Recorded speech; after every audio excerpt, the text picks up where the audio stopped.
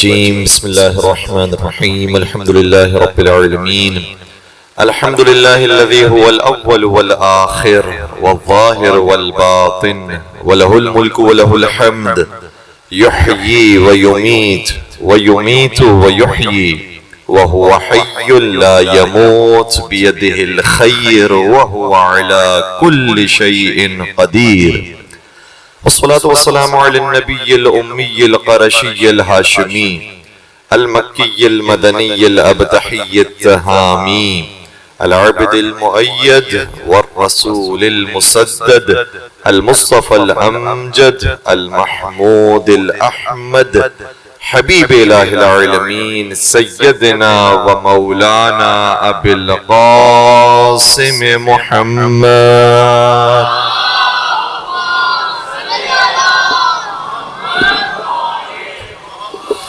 وعلى أهل بيته الطيبين الطاهرين المعصومين المظلومين الذين ذهب الله عنهم الرجس وطهرهم تطهيرا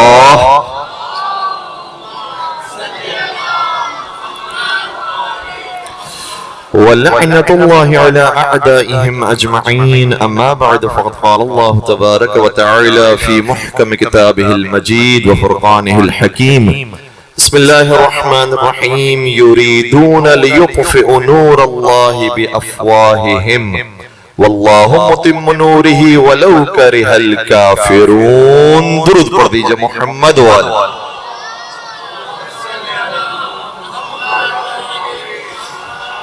آپ تمام سے دستبستہ میں معذرت چاہتا ہوں کہ آپ کافی دیر سے میرے خاص سے یہاں فرشدہ پر موجود ہوں گے انشاءاللہ پروردگار آپ کا بیٹھنا قبول فرمائے لیکن ہم سے جو تاخیر ہوئی ہم اس کے معذرت خواہ ہیں چونکہ ہم جس جگہ پر مجلس پڑھنے گئے تھے وہاں پر بھی مجلس تھوڑی سی تاخیر سے شروع ہوئی اور باقی آپ کو راستوں کے حالات معلوم ہیں تو اس لیے ہم آپ کی خدمت میں آج تھوڑی سی تاخیر سے حاضر ہوئے انشاءاللہ کل کوشش ہوگی کہ ٹھیک 10 بجے آپ کی خدمت میں حاضر ہو سکیں ایک مل کے درود پڑھ دیجئے گا محمد و آل محمد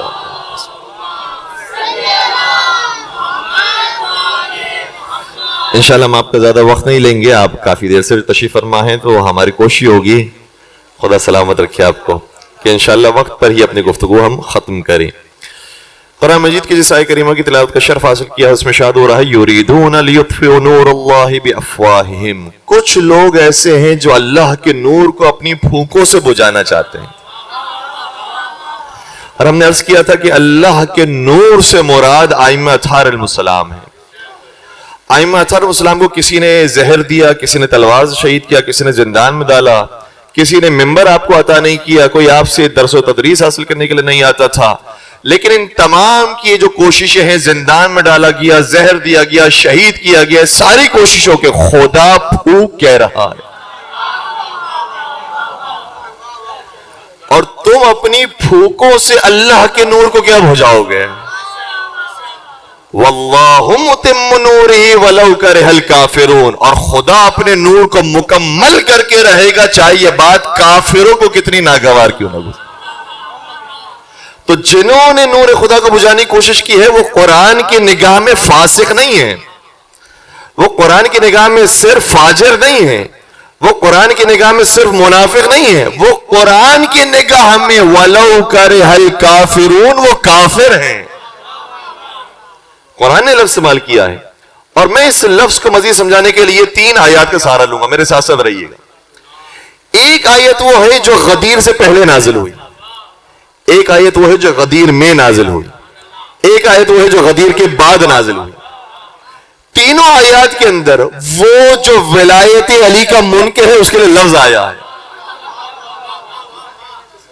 اور یہ قرآن کی آیت ہے اور یہ آیات آپ کو یاد ہیں میں صرف تھوڑی سی توجہ دلا رہا ہوں وہ آیت جو غدیر سے پہلے نازل ہوئی اس میں کیا ارشاد ہوا بسم اللہ الرحمن الرحیم یا ایھا الرسول بلغ ما انزل الیک من ربک اب تک دنیا سنتی تھی کہ قرآن مجید نے کہا یا ایھا الذین آمنوا یا ایھا الذین آمنوا اے صاحبان ایمان تمہیں روزہ رکھنا ہے اے صاحبان ایمان تمہیں نماز پڑھنی ہے اے صاحبان ایمان تمہیں زکوٰۃ دینی ہے اب تک پورے قرآن میں خدا کہتا رہا اے مومنو تمہیں یہ کرنا ہے یہ کرنا ہے یہ کرنا ہے اب مومنوں کے نبی کو خدا پکار کر کہہ رہا اے رسول اب آپ کو یہ کرنا ہے اب یہ صرف مومنوں کی ذمہ داری نہیں ہے اب یہ مومنوں کے نبی اور رسول کی ذمہ داری ہے یا ایھا الرسول بلغ، اب آپ کی ذمہ داری ہے پہنچا دیجئے وہ پیغام کہ ما انزل الیک من ربک، جو آپ کے رب کی جانب سے پہلے ہی نازل کیا جا چکا ہے. وَإِن لَمْ تَفْعَلْ فَمَا بَلَّغْتَ رِسَالَتَهُ، اور اگر آپ نے وہ پیغام نہیں پہنچایا. یہ آیت واقعی اتنی سنگین آیت ہے. اس آیت جیسی آیت قرآن میں کہیں نہیں موجود. آپ کو بہت ساری آیات ایسی ملیں گی جو تکراری ہیں. فَبِأَيِّ آلَاءِ رَبِّكُمَا تُكَذِّبَانِ، یا ایھا الذین آمنوا، کچھ آیات ایسی ہیں جو آپ کو تکراری ملیں گی، انداز تکراری ملے گا. لیکن کچھ آیات قرآن میں ایسی ہیں جو یونیک ہیں. اس جیسی آیت کوئی اور نہیں ملے گی. جیسے یہ آیت یونیک ہے، اس کی ایک اور دوسری مثال آپ کی خدمت پیش کرتا ہوں. پورے قرآن میں خدا نے کہیں نہیں فرمایا اِنَّا أَعْطَيْنَاكَ الْكَوْثَرَ. یہ جو آیت یونیک اور منفرد ہوتی ہے، یہ اشارہ کر رہی ہوتی ہے جب یہ الفاظ یونیک ہیں تو جس کی شان میں ہے اس کی شخصیت بھی یونیک ہے. پھر اس جیسی ہستی بھی کائنات میں موجود نہیں ہے. جب ہم نے لفظ ایسے استعمال کیے جو قرآن میں دوبارہ سے تکرار نہیں ہو سکتے، تو جن کے لیے استعمال کیے ہیں وہ بھی ایسی ہستیاں ہیں جو کائنات میں دوبارہ تکرار نہیں ہو سکتی. اب یہ جو الفاظ ہیں پورے قرآن میں کہیں نہیں آئے. وَإِن لَمْ تَفْعَلْ فَمَا بَلَّغْتَ رِسَالَتَهُ، اور اے رسول اگر یہ حکم نہ پہنچایا تو تو نے رسالت کا کوئی کام انجام نہیں دیا. یہ انداز آپ کو نہ نماز کے اندر ملا، نہ زکوٰۃ کے اندر ملا، نہ روزے کے اندر ملا، نہ حج کے اندر ملا. معلوم ہوا یہ ساری چیزیں چھوٹی تھی، اب جو حکم آیا ہے وہ بڑا ہے. اب جو حکم آیا اگر وہ نہ پہنچایا تو یہ ساری محنتیں ضائع ہو جائیں گی. تو مجھے کہنے دیجئے جس حکم کو نہ مانے بغیر رسول کی رسالت پوری نہیں ہوتی. مل کے درود پڑھ دیجئے محمد و آل محمد.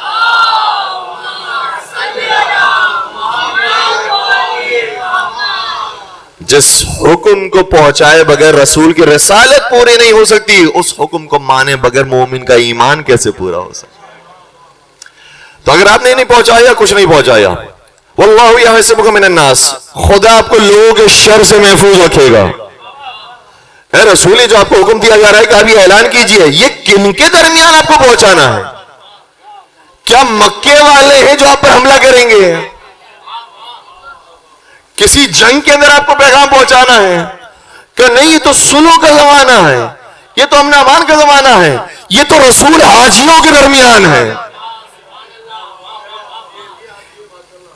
یہ جو حج ہو رہا ہے، اس حج سے پردہ اٹھایا ہے حسین کے حج نے. جس طرح سے کربلا جاتے ہوئے حسین نے کہا تھا یہ حاجی نہیں ہے، حاجیوں کے لباس میں میرے قاتل موجود ہے، بالکل وہی انداز رسول اللہ کے زمانے میں ہے. تم یہ سمجھ رہو یہ حج کرنے کے لیے آئے میرے ساتھ شریک ہیں، نہیں، حاجیوں کے لباس میں ہیں. اگر انہیں کوئی ایک موقع مل گیا تو یہ میری جان کو بھی لے سکتے ہیں اور میرے فرمان سے بھی انکار کر سکتے ہیں. اس کے بعد کا جملہ سنیے گا، توجہ. اس کے بعد کا جو جملہ ہے وہ اہم ترین جملہ ہے جو ہمارے عام طور پر پڑھا نہیں جاتا. قرآن کہتا ہے ان اللہ لا یہدی القوم الکافرین. اور جب آپ یہ حکم پہنچائیں گے، کچھ لوگ ایسے ہوں گے جو حکم نہیں مانیں گے. جو حکم نہیں مانے گا، خدا نے ان کو لفظ کیا کہا؟ توجہ، یہ نہیں کہا کہ جو غدیر کے حکم کو نہ مانے وہ میرے نزدیک ایک فاسق ہے، میرے نزدیک ایک ظالم ہے، میرے نزدیک جاہل ہے. کہ نہیں، اور خدا کافروں کی ہدایت نہیں کرتا. یعنی جو علی کی ولایت کو نہ مانے قرآن کی نگاہ میں،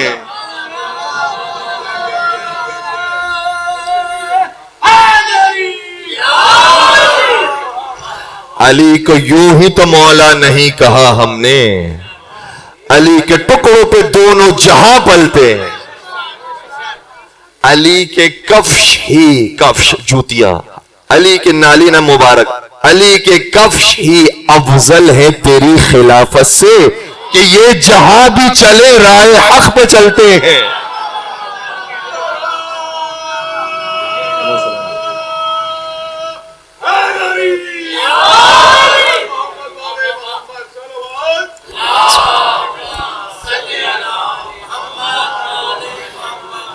میرے ساتھ ساتھ سفر میں رہیے گا. میں نے آپ کی خبر بیان کیا تھا 3 آیتیں موجود ہیں اور 3 والوں کے لیے پیغام ہے. یہ پہلی آیت ہو گئی جس میں لفظ آ گیا. دوسری آیت جو غدیر میں نازل ہوئی آیت آپ کو یاد ہے, الیوم اکملت لکم دینکم واتممت علیکم نعمتی ورضیت لکم الاسلام دینا. آج کے دن ہم نے نعمتوں کو تمام کر دیا, آج کے دن ہم نے دین کو مکمل کر دیا, اور آج کے دن ہم تمہارے دین اسلام سے راضی ہو گئے. لیکن یہاں کافروں کا ذکر کہاں ہے؟ جو نہ ماننے والے تو ان کا ذکر کہاں ہے؟ اس کے ساتھ ہی جڑی ہوئی ایک اور آیت بھی ہے, لیکن وہ ہمارے ہم تو پڑھی نہیں جاتی. اس میں پہلے یہ ارشاد ہوا الیوم یئس الذین کفروا من دینکم. آج ہی کے دن کافر تیرے دین کو ختم کرنے سے مایوس ہو گئے. خدا لفظ کافر استعمال کر رہا ہے. اور وہ آیت جو غدیر کے بعد نازل ہوئی, اب اعلان ہو گیا غدیر کا, من کنت مولا ہوں, جس کا میں مولا اس کے علی مولا. اب یہ آپ کی مرضی ہے, آپ نے نبی کو دوست مانا ہے یا علی کو اپنا آقا مانا ہے. اگر نبی کو اپنا آقا اور سید و سردار مانتے ہیں تو نبی کہہ رہے ہیں جیسے میں تمہارا مولا ویسے ہی اب علی تمہارے مولا. تب سوال یہ نہیں ہے کہ تم علی کو کیا مان رہے ہو, سوال یہ کہ تم نبی کو کیا مان رہے ہو. یہ مولا کا لفظ 2 جگہ پر تکرار ہوا, جیسے میں مولا ویسے ہی علی مولا. اور اگر تم علی کو دوست بھی مان لو, یہ کہ اگر ہم نبی کو بھی دوست مانتے ہیں علی کو بھی دوست مانتے ہیں, تو پھر جسے دوست مانا جاتا ہے ممبروں پر اس کے خلاف زبان استعمال نہیں کی جاتی. جسے دوست مانا جاتا ہے میدان میں اس کے مقابلے پر نہیں آیا جاتا.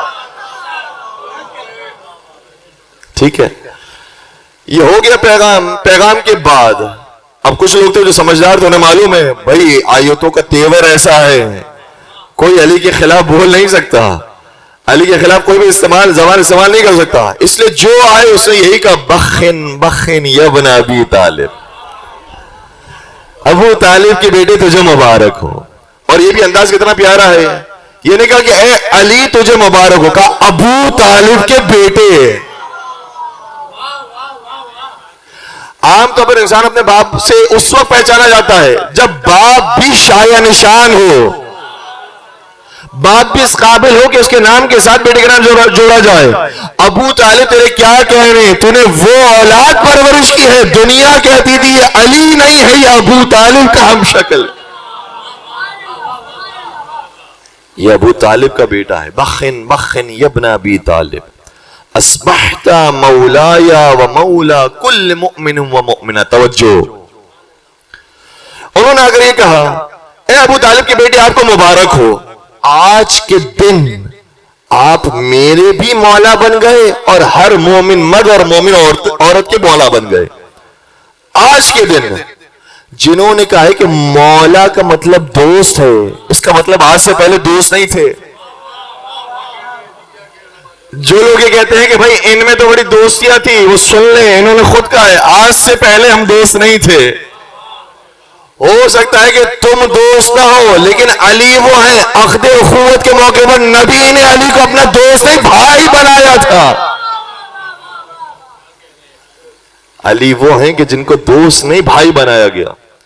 اور انہوں نے جملے جب کہہ دیے, انہوں نے تو آگر مبارکباد پیش کر دی, لیکن اس کے بعد ایک شخص جو آ کر کھڑا ہوا, اور یہ جو روایت ہے یہ متفق علیہ ہے. حارث بن نعمان فہری آیا, کیا لگا کہ ہے محمد, تو نے ہمیں نماز دی, ہم نے نماز پڑھ لی, تو نے ہمیں روزہ رکھنے کا کہا, ہم نے روزہ رکھ لیا, تو نے ہمیں حج پر جانے کا کہا, ہم نے حج پر چلے گئے, حج کر لیا, تو نے ہمیں جہاد پر جانے کا کہا, ہم جہاد پر چلے گئے, تو نے زکات نکالنے کا کہا, ہم نے زکات نکال دی. تو جو کہتا رہا ویسا ہم کرتے رہے.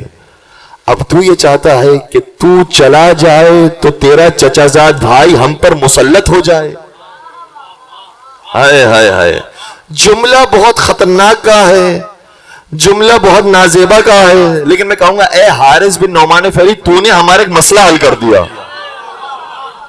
کون سا مسئلہ حل کیا؟ اب تک لوگ بحث کر رہے مولا کا مطلب کیا ہے, تو کیوں نے بتایا ہے؟ اے نبی آپ علی کو ہم پر مسلط کرنا چاہتے ہیں.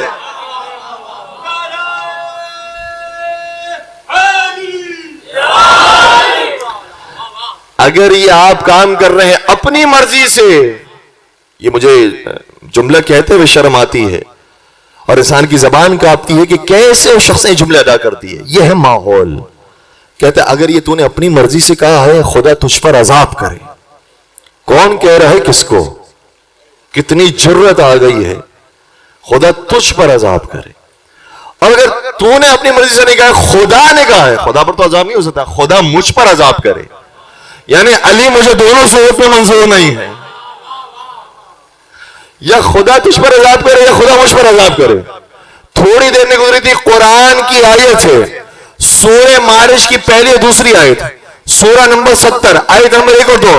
ارشاد ہوتا ہے سأل سائل بعذاب واقع. ایک مانگنے والا ہم سے ایسا بھی ہے جو اپنے لیے عذاب مانگتا ہے. یہ مانگنے والا ہے کون؟ جو علی کی ولایت کو نہیں ماننے والا تھا. یہ ہے کون؟ قرآن کیا کہتا ہے علی کی ولایت کو نہ ماننے کے بارے میں؟ قرآن کی آیت پیش کر رہا ہوں، للکافرین لیس لہ دافع. اگر یہ کافر بھی مانگے گا تو ہم اسے عذاب دیں گے، اس کی دعا کو ہم رد نہیں کریں گے. معلوم ہے جو علی کی ولایت کو نہ مانے وہ قرآن کی نگاہ میں سے فاسق و فاجر نہیں ہوتا، وہ قرآن کی نگاہ میں کافر کہلاتا ہے. اور پھر عذاب آیا، اور عذاب بھی شان کے ساتھ آیا. میرا وحدی کرا پیخم بیان کر رہا ہوں، جیسے ہی وہ پتھر نازل ہوا کہ جس کی وجہ سے عذاب آیا تھا، اس کا بدن 2 حصوں میں تقسیم ہو گیا. ایسا ٹھیک نشانے پر وہ پتھر لگا کہ بدن 2 برابر کے حصوں میں تقسیم ہو گیا. جب میں نے یہ جملے پڑھے مجھے تو یاد آیا تاریخ میں ایک ہی ایسا تھا کہ جب وہ وار کرتا تھا تو بدن 2 برابر سے تقسیم ہوتے تھے. اب مجھے سمجھ میں آیا یا اللہ کا وار ہے یا علی کا وار ہے. جب اللہ کا دشمن جنگوں میں علی کے مقابلے میں آتا تھا تو علی 2 حصے کرتا تھا، اور جب علی کا دشمن اللہ کے سامنے آیا تو اللہ نے بھی 2 حصے میں تھا.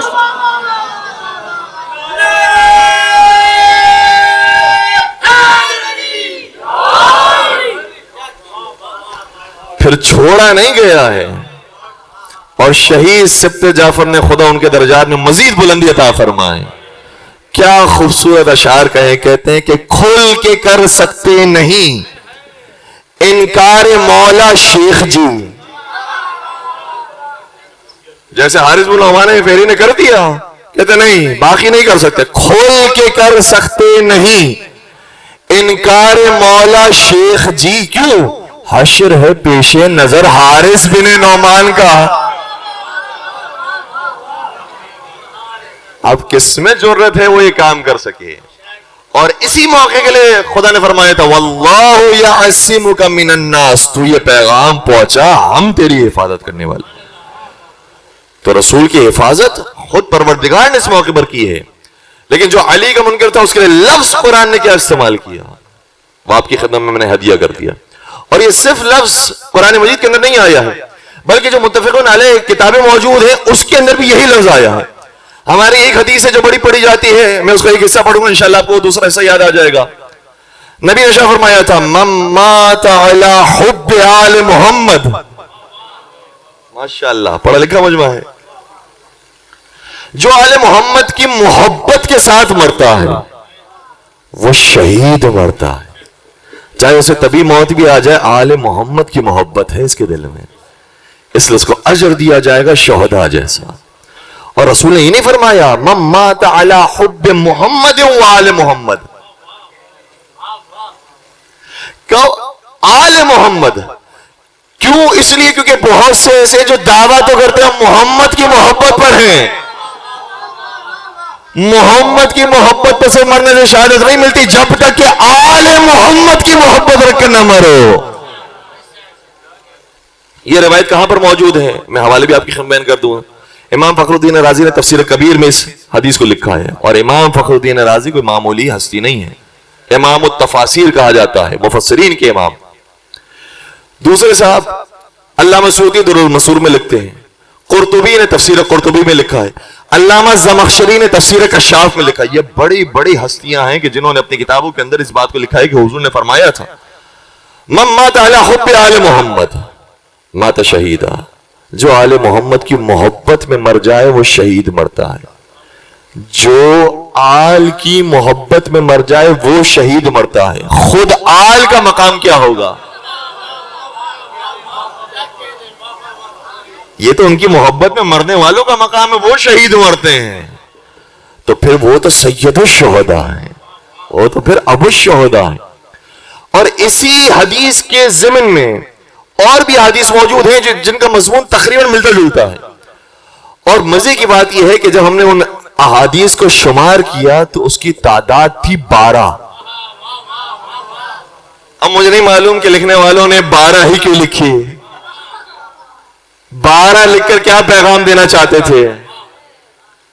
اور انہی 12 روایات کے اندر ایک روایت یہ بھی ہے کہ نبی نے فرمایا من مات علی حب آل محمد جعل اللہ قبرہ مزار ملائکۃ الرحمہ, جو آل محمد کی محبت میں مر جاتا ہے خدا اس کی قبر کو آسمان کے ملائکہ کے لیے زیارت گاہ بنا دیتا ہے.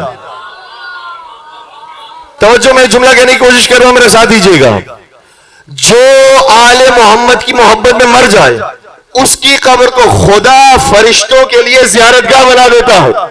یہ آل محمد کی محبت میں مرنے والوں کا مقام ہے کہ اس کی قبر کو زیارت گاہ بنا دیا جاتا ہے. خود آل محمد کی قبر پر زیارت کرنے والے کتنے آتے ہوں گے؟ جو کہتے ہیں زیارت بدعت ہے, زیارت حرام ہے, فرشتے کبھی حرام کام کرنے نہیں آتے ہیں. فرشتے اس عاشق کی قبر پر آتے ہیں کہ جو عاشق آل محمد کی محبت میں مرا ہے. اتنا بڑا مقام. تو مسلسل 12 روایات انہوں نے لکھی ہے. ان 12 روایت میں توجہ, 12 روایات میں 3 روایتیں ایسی بھی ہیں جس میں لکھا ہے اور جو آل محمد کے بغض کے ساتھ مرے.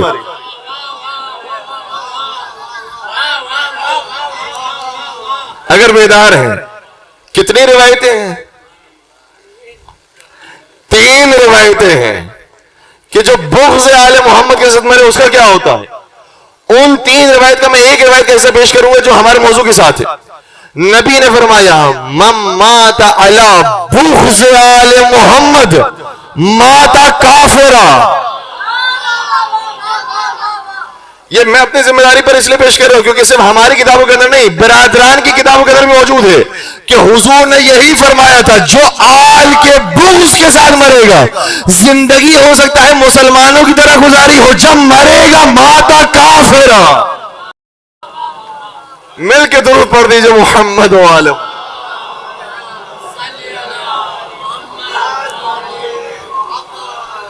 یہ ہے آل محمد جو خود شہید نہیں ہوئے ہیں, جو خود جنت میں نہیں جانے والے ہیں, جو ان کی محبت رکھنے والا ہے وہ بھی جنت میں جانے والا. اور میں نے کل آپ کی خدمت بیان کیا تھا, پوری احتیاط کے ساتھ بیان کیا تھا. دیکھیں حضور کے آخری جنگ تبوک, اس کے اندر حالات یہ ہو گئے تھے کہ خود حضور کو قتل کرنے والے لوگ آ گئے, اور قتل کرنے کا جب پتہ بھی چل گیا پھر بھی سارا مجمع ہے, سارے اصحاب ہیں, یہ سب کے سب خاموش کھڑے ہیں. حضور فرماتے ہیں کہ میں یہ کام نہیں کر سکتا, یہ کام تو میری امت کو کرنا چاہیے. جو امت کے باپ کے اوپر قاتلانہ حملہ ہو رہا ہے تو اولاد کی ذمہ داری ہے کہ وہ جواب دے. اور میرے رسول نے ایک اور جملہ بھی کہا تھا کہ اگر میں نے خود آگے بڑھ کر یہ کام کیا اور میں نے خود ان سے قصاص لیا اور میں نے خود ان کو ان کے انجام تک پہنچایا تو دنیا یہ لکھے گی محمد نے اپنے اصحاب کو اپنے ہاتھوں کے ساتھ ذبح کر دیا. محمد نے اپنے اصحاب کو اپنے ہاتھوں سے قتل کر دیا. اس لیے میں نہیں چاہتا کہ یہ غلط تاریخ لکھی جائے اور یہ بتایا جائے کہ اصحاب کو خود محمد نے قتل کیا تھا, اس لیے میں اپنے اصحاب کو نہیں ماروں. تمہاری ذمہ داری ہے کہ جو میرا نام تو لیتے ہیں لیکن میرے پر قاتلانہ حملہ کرتے ہیں ان کا خود تمہیں جواب دینا. جب یہ کیفیت پیدا ہو گئی جنگ تبوک کے اندر تو میرا سوال یہ ہے, جنگ تبوک کے بعد ہی غدیر ہے. جب تبوک کے اندر یہ حالات پیدا ہو گئے تو پھر غدیر کے اندر کیا حالات ہوں گے.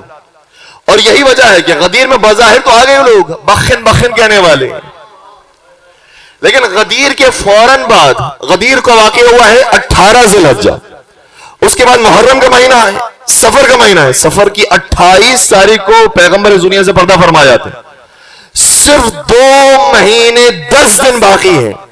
اب سوال یہ ہے کہ مسلمانوں نے وہ 2 مہینے 10 دن علی کے ساتھ کیسے گزارے، نبی کے ساتھ کیسے گزارے؟ یہ 2 مہینے 10 دن بہت زیادہ قیمتی ہے، یہ کیسے گزارے گئے؟ تو ہمیں خود روایتی کہتی ہیں، اور یہ متفق علیہ روایات موجود ہیں، میرے ساتھ دیجیے گا۔ حضور اپنے وقت آخر فرما رہے ہیں، مجھے قلم و کرتاز دے دو، دیکھو ایسی نصیحت لکھنا چاہتا ہوں کہ جس کے بعد تم کبھی گمراہ نہیں ہوگے۔ کیا لگا؟ ان الرجل لا يهجر، یہ شخص وہ ہے جو بہکی بہکی باتیں کر رہا ہے۔ استغفر اللہ استغفر اللہ۔ لوگ کہتے ہیں توہین رسالت کا مقدمہ ہونا چاہیے۔ توہین رسالت کا مقدمہ تو سب سے پہلے اس پر ہونا چاہیے جس نے رسول کے سامنے کہا تو بہکی بہکی باتیں کر رہا، وہ رسول کے جس کے بارے میں قرآن نے کہا تھا ما ينطق عن الهوى ان هو الا وحی یوحى، یہ رسول اپنی مرضی سے کلام نہیں کرتا ہے، جو کہتا ہے وحی کے مطابق کہتا ہے۔ اس رسول کو کہا جا رہا ہے یہ بہکی بہکی باتیں کر رہا ہے۔ یہ پہلا واقعہ۔ یہ واقعہ ہوتا ہی دوسرا واقعہ صحیح بخاری کے اندر موجود، اور ساری روایات صحیح ستہ کے اندر موجود۔ نبی نے فرمایا ایک لشکر میں نے ترتیب دیا ہے، اس لشکر کا نام پڑ گیا لشکر اسامہ، جیش اسامہ۔ یہ وہ اسامہ نہیں ہے، یہ رسول کا اسامہ ہے کہ تم سب کو حکم یہ ہے، اور نام لے لے کر کہا تمہیں بھی حکم ہے، تمہیں بھی حکم ہے، تمہیں بھی حکم ہے، جو بعد میں جا کر خرابی پیدا کر سکتے تھے ان سب کو نام لے کر کہا تم سب جاؤ اس لشکر کے اندر۔ اور وہ لشکر جانے والے تھے مدینہ سے بہت دور، گویا نبی جانتے تھے یہ مدینہ میں رہیں گے تو علی کو خلافت تک نہیں پہنچنے دیں گے، اس لیے انہیں پہلے دور بھیجا جائے۔ اور جب یہ نہیں جاتے تھے اور تھوڑا فاصلہ طے کرتے تھے دوبارہ پلٹ کے آتے تھے، کیونکہ انہیں معلوم تھا کہ رسول کی حالت خراب ہے، رسول کی طبیعت ناساز ہے، ہو سکتا ہے کہ رسول اس دنیا سے چلے جائے، جیسے ہی جائیں انہیں اپنے کام شروع کرنا ہے۔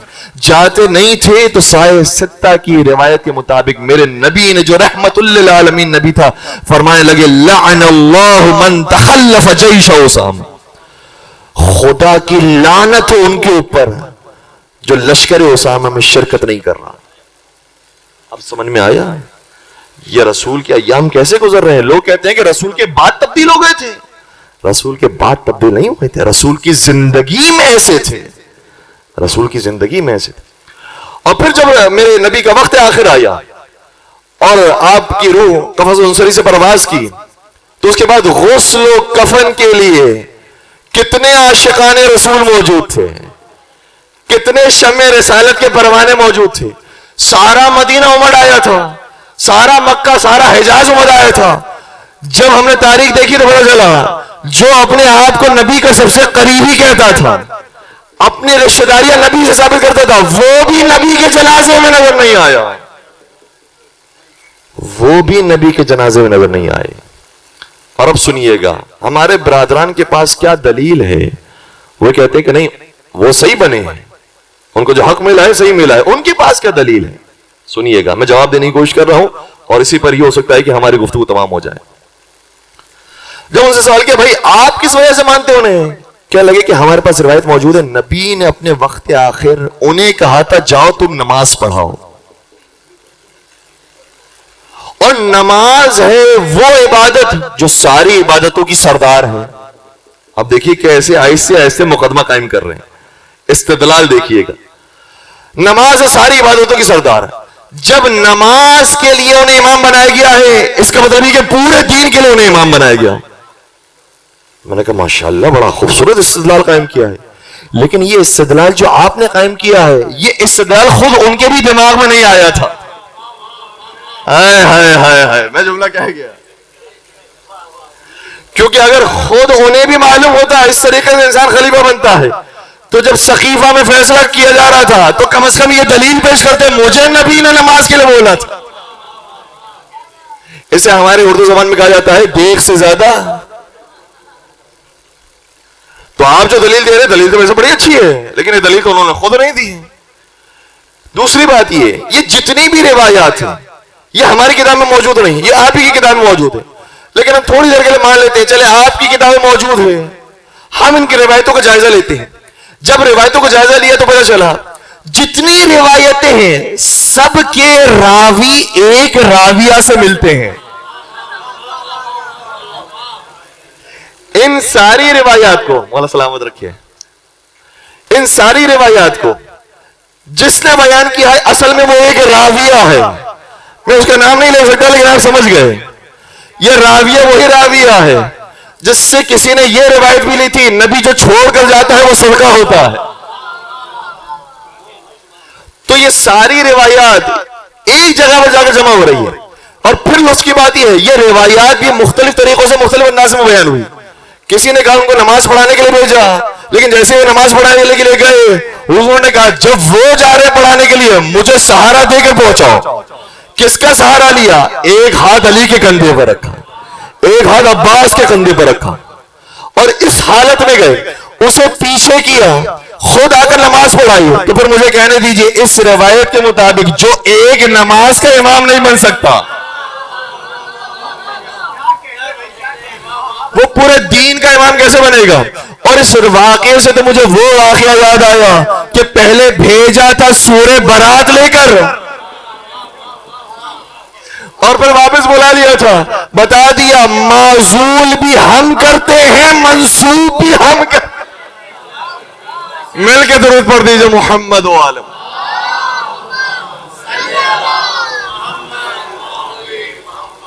بہت توجہ, میں کچھ کہنا چاہ رہا ہوں. وہ روایت ایک ہی راویہ کے ساتھ پہنچتی ہے. فرض کر لیتے تھوڑی دیر کے لیے, آپ مجھ پر اطمینان رکھتے ہوئے تھوڑی دیر کے لیے فرض کیجئے روایت 100% سچی ہے. تھوڑی دیر کے لیے روایت میں جو بات کی گئی ہے وہ بھی فرض کیجئے 100% سچی ہے, اور روایت کا وہ جو نتیجہ نکالنا چاہتے ہیں فرض کیجئے وہ بھی 100% سچی ہے. اب کیا رہ گیا ہے؟ میں کہوں گا پھر بھی جو آپ کہنا چاہ رہے ہیں نا وہ 100% غلط ہے. اب غلط کیسے ہو سکتا ہے؟ آپ نے کہا سند بھی ٹھیک ہے, آپ نے کہا متن بھی ٹھیک ہے, آپ نے کہا مفہوم بھی ٹھیک ہے, آپ نے کہا نتیجہ بھی ٹھیک ہے, پھر بھی آپ ماننے کے لیے تیار نہیں. آخر وجہ کیا ہے؟ میں نے کہا میرے پاس ایک دلیل موجود ہے. توجہ, میں دلیل دے رہا ہوں, بات کو ختم کر رہا ہوں. میرے پاس ایک اور روایت پہنچی اور وہ بھی آپ کی معتبر ترین کتاب سے پہنچی کہ اس جملے کے کہنے سے پہلے رسول نے ایک اور جملہ کہا تھا میرے لیے قلم و کرتاس لے کر آؤ. تو کسی نے کہا تھا یہ بہکیلی باتیں کر رہا. اب مجھے بتاؤ وہ صحیح کہہ رہا تھا یا جو ابھی دستور دیا گیا ہے وہ صحیح ہے؟ اگر کہتے ہو انہوں نے صحیح کہا تھا وہ بہکی بات ہے, تو اب تو ربی کی بات کا کوئی اعتبار ہی نہیں رہا. اب نبی کچھ بھی کہہ دے, آپ نے کہا نبی پر اتنا بیماری کا غلبہ ہو گیا ہے, یہ ہزیان کہہ رہے نعوذ باللہ, ان کی باتیں ختم ہو گئی جب آپ نے اعتبار ہی ختم کر دیا. اب چاہے وہ حج کا امیر بنائے یا نماز کا امام بنائے,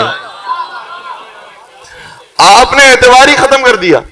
تو آپ کے پاس دو ہی راستے ہیں, یا یہ کہے جو اس نے کہا تھا وہ غلط تھا, یا اگر اسے صحیح مانتے تو کہیں گے پھر یہ غلط ہو رہا ہے. میں نے نتیجہ دے دیا آپ کو. یا تو آپ کہیں کہ جو کیا پہلے نے غلط کیا, یا کہیں کہ جو کیا دوسرے نے غلط کیا. درود پڑھ دیجئے محمد و عالم.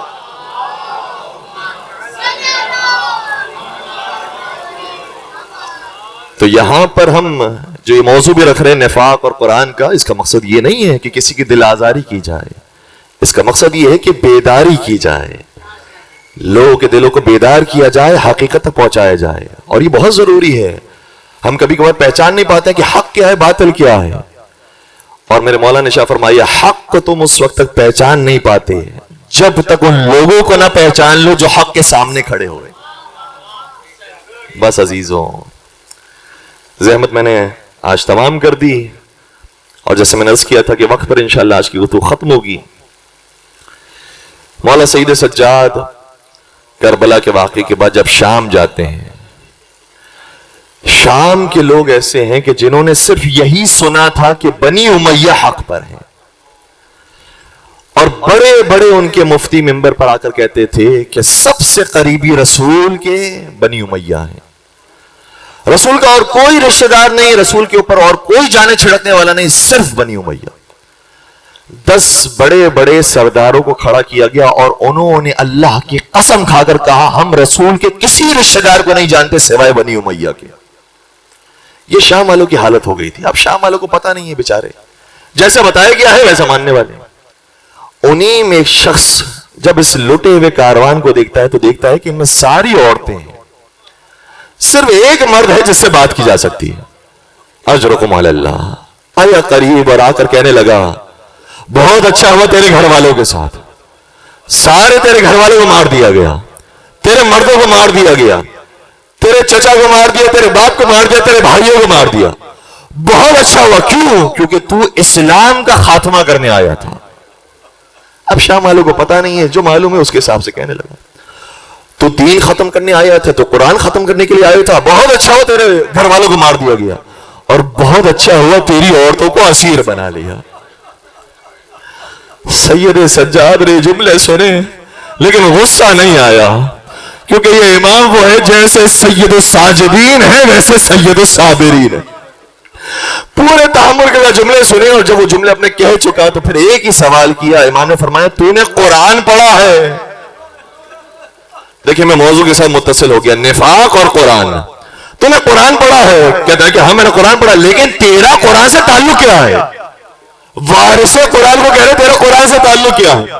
اس کو کہہ رہے کہ جس کے بابا نے کٹے سر کے ساتھ بھی قرآن پڑھا، کہ تیرا قرآن سے تعلق کیا ہے؟ سید سجاد غصہ نہیں آیا، صرف ایک سوال کیا، بتا پھر تو نے اگر قرآن پڑھا ہے تو یہ آیت بھی ضرور پڑھی ہوگی کہ خدا قرآن میں کہتا ہے قُلْ لَا أَسْأَلُكُمْ عَلَيْهِ أَجْرًا إِلَّا الْمَوَدَّةَ فِي الْقُرْبَى۔ اے رسول ان سے اجر رسالت میں کچھ نہیں مانگو، اگر مانگو تو اپنے قربا کی مودت مانگو۔ ہم بتاتے ہیں قربا کون ہے؟ یہ جتنے اسیر ہیں یہ رسول کے قربا۔ اجرکم علی اللہ۔ پھر سید سجاد نے دوسری آیت پڑھی، فرمایا وہ آیت بھی تو نے یقیناً سنی ہوگی، وَآتِ ذِی الْقُرْبَىٰ حَقَّهُ، قربا کو ان کا حق دے دو۔ کہا قربا سے مراد ہم لوگ ہیں، کہ تو نے وہ آیت بھی پڑھی ہوگی، وَاعْلَمُوا أَنَّمَا غَنِمْتُم مِّن شَيْءٍ فَأَنَّ لِلَّهِ خُمُسَهُ وَلِلرَّسُولِ وَلِذِي الْقُرْبَىٰ۔ تم سب پر ذمہ داری ہے، جب خمس نکالو تو قربا کو دو، قربا سے مراد ہم لوگ ہیں۔ اور تو نے وہ آیت بھی پڑھی ہوگی کہ خدا قرآن میں کہتا ہے إِنَّمَا يُرِيدُ اللَّهُ لِيُذْهِبَ عَنكُمُ الرِّجْسَ أَهْلَ الْبَيْتِ۔ اہل بیت سے خدا نے ہر رزق کو دور کر دیا، ان کو پاک و پاکیزہ قرار دے دیا۔ جیسے ہی آیت مکمل ہوئی میرے مولا نے فرمایا ساری آیتوں سے مراد ہم اہل بیت ہیں۔ بوڑھے کی آنکھیں ایسے سے کھلنے لگی، آنکھیں پھاڑ کر صرف ایک سوال کیا، اے بیٹا یہ بتاؤ کیا خدا کی قسم تم ہی اہل بیت رسول؟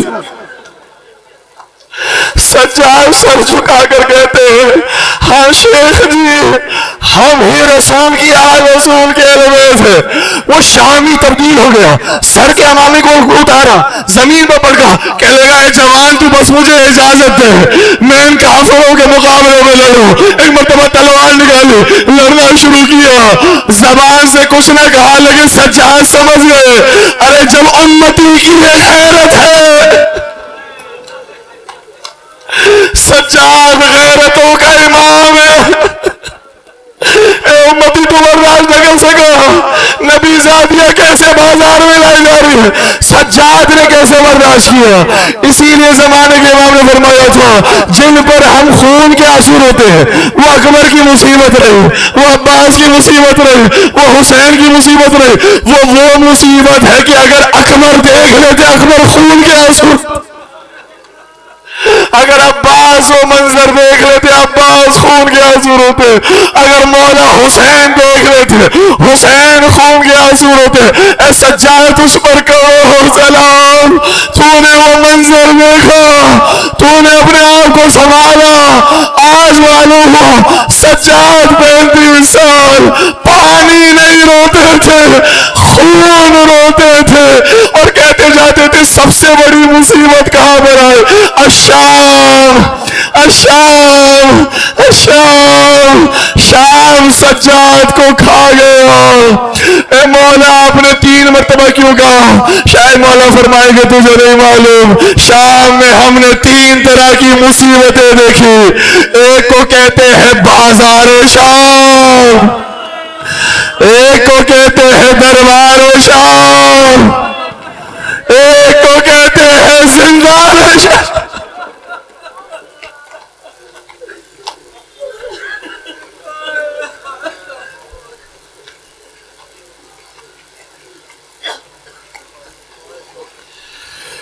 الا ولعنت اللہ علی القوم الظالمین وسيعلم الذین ظلموا ای منقلب ینقلبون۔ پالنے والے ہمارے اس خلیص عبادت کو اپنی بارگاہ میں قبول فرما، ان گنہگار آنکھوں سے جو آنسو جاری ہوئے رومال حضرت سیدہ کائنات میں جگہ نصیب فرما، ان آنسوں کی برکت سے تمام مومنین کی جائز شرعی حاجات کو پورا فرما، ان آنسوں کے صدقے میں ہم سب کو کربلا معلیٰ کی بار بار زیارت نصیب فرما، شام کی زیارات اور تمام مقامات مقدسہ کی زیارتوں سے سرفراز فرما، شفاعت محمد و آل محمد ہم سب کو نصیب فرما، پالنے والے محبت محمد و آل محمد کے ساتھ جینا اور مرنا نصیب فرما، اس محبت کو اپنی نسلوں میں منتقل کرنے کی توفیق عطا فرما، معرفت علی ابن ابی طالب، معرفت امام حسین، معرفت معصومین ہم سب کو نصیب فرما، اس معرفت کے مطابق عمل کرنے کی توفیق عطا فرما، پالنے والے جو فرش ازا پر مومنین تشریف لائے ہیں ان تمام کی جائز شرعی حاجات کو پورا فرما، پالنے والے جو مریض ہیں بالخصوص جو لا علاج مریض ہیں، کینسر کے مریض ہیں، پروردگار انہیں شفائے کامل اور عاجلہ نصیب فرما،